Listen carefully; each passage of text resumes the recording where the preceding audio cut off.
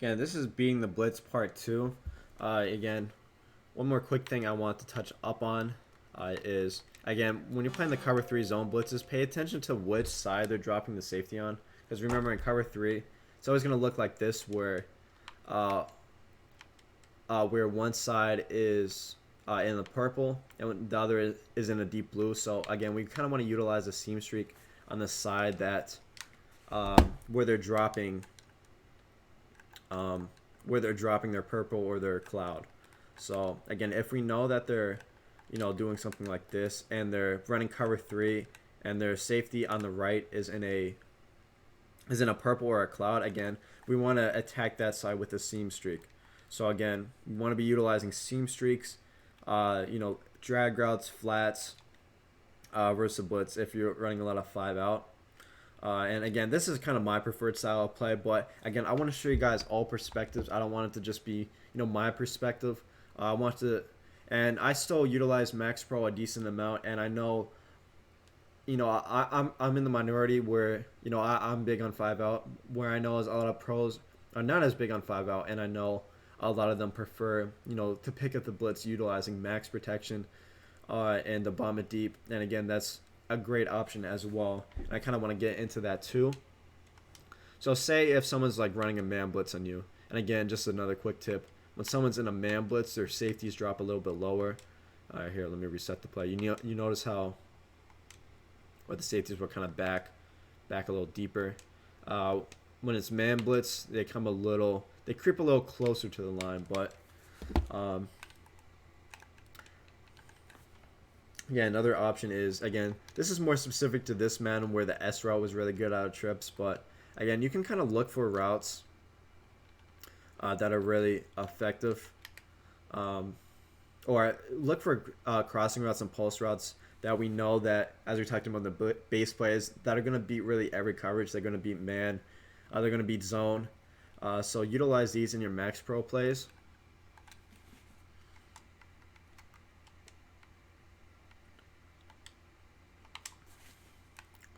So here we kind of know that in this year's Madden that this S pulse is really, really effective. So if you know if someone's just doing like a straight up man blitz versus you, again, we can kind of max protect just to block the blitz, and we can just kind of utilize an underneath slant route, and then have kind of like the S pulse over the top. Again, that is one option. And here, I don't know why that guy went into a inside third, but oh, actually, so yeah, what happened is sometimes when we block these guys, the defender senses that, and he saw that, okay, so this guy's in blocking, I can kind of drop back into coverage here. So again, we could do something like this to kind of pull back the deep blue.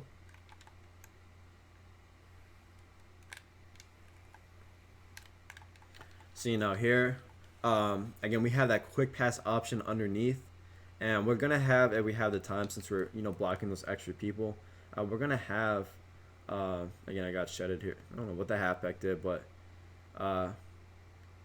we can have that deeper option over the top. So that's kind of one way you can approach it. Again, this isn't what I always like to do versus. I think it's good to take shots early on, and if they can't stop these shot plays, then that's great. Keep doing it. So again, I guess that's something you can kind of start off with. Test them with your best plays. Test them with your best over the top plays versus the blitz. Try to pick it up. See if you can bomb them. Make them pay for being aggressive. But again, as I was talking about, another way to approach it is doing something like this, utilizing these pulse routes that we know are going to be always really effective versus man and zone. And again, this is going to be the most popular concept you see is a post route with a drag versus a blitz. So for anyone that's watched the MCS before and you've seen Skimmel play in bunch, again, his main concept and bunch is always going to be a post route and a drag underneath.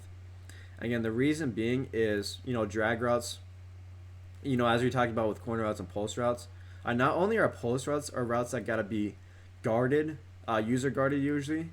It's the same with drags, and why the drag and the post complement each other so well versus the blitz is again they're going to be attacking different depths on the field. So again, the post is going to be more attacking mid to deep, whereas the drag is going to be staying as short as possible, and you're going to be able to throw this drag in between many different zones. So again, as we talked about, the hook zones are never great in Madden. So if we did something like this, next, let's just Max Pro with it like this. So yeah, let's just Max Pro.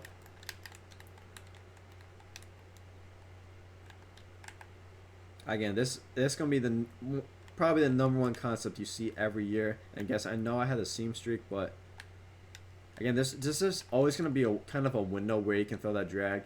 And you saw I was kind of able to throw that drag a bit late, but I also could have thrown this earlier as well. Like right here. Because again, the hook zones are just never great. They're never gonna be able to fully play a drag route or an in route, especially if you utilize the low ball. So let me do that again. And again, this will obviously be great versus the blitz as well, because again, you have two routes on the field that got to be user guarded, and that's really a lot of what Madden is about. And again, we talked about those seam streaks versus the blitz. So if someone's running cover 3 and trying to hook zone or purple one side, then again you can hit him with the seam streak. So that's another great reason on this play. So not only do we have a pull route here to beat the pullback coverage, again this would be great versus the blitz as well, because again seam streaks, we throw out where they're blitzing from. So seam streaks, we can throw them quickly, we can throw them deep if they have only a hook zone. So again, you're really going to have 3 great options on a play, on a concept like this versus the blitz. And again, it's the same thing every man, and it doesn't matter if it's trips, bunch. You can really do this out of, well, I shouldn't say out of any formation, because again, a lot of formations don't have great post and corner routes. But again, this is going to be a concept you see a lot every year.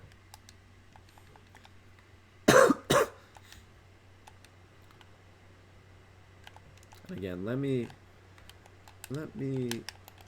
make sure the inside third is on the trip side here, so I can't just throw a seam streak. So let me do something like this. Let me try not to spy too many people either, but so again, you can use an in route or a drag. It's up to you. I know people will use a drag or an in route as well, but for this we'll use a drag. But again, as you can see, there's always going to be a window where we can fit in that drag, whether it's versus the blitz or coverage. And again, the main thing is just the spacing on the field here. So again, we still have that pull route to push back the deep blues. We can throw it quickly versus the blitz. And then, look, if the user really wants to gamble and take away, this underneath drag, they're going to give up an easy post route. Because again, you really got to user guard these post routes, because they just get into a sweet spot in the field. Like if we're utilizing these post routes again, utilizing these pull routes like a streak, again, there's always going to be a window to throw these post routes. So again, the user really has to make a decision. Again, look at the spacing on the field here. So Evans is at the 23, and Godwin is running about to the 40 here. So again, the user is not going to be able to guard both of them. Again, what's going to happen is most people are going to, run down at the start of the play, or they're gonna run with the deeper route most of the time.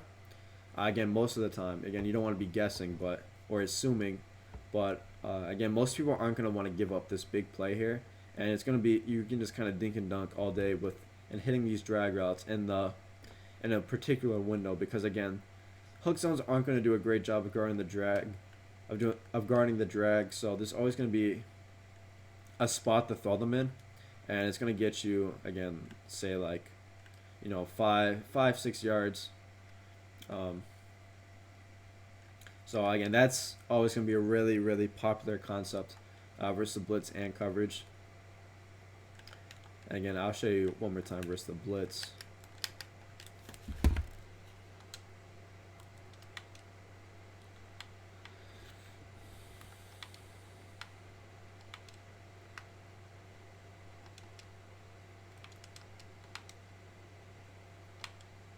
So here, say someone's blitzing like this.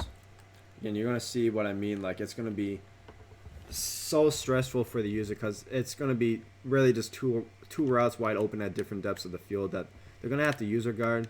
So, again, it's just going to be too hard for the user to pick one. Again, we're gonna have extra people in blocking, so we're gonna have a good amount of time, and then it really just comes down to, you know, who the user is gonna pick, and you just gotta stay patient when passing here, because again, we're gonna have, you know, a well spaced out route combination. You know, the user is not gonna be able to guard, you know, a route at the 25 and a route at the 40. So again, it's all gonna come down to your patience.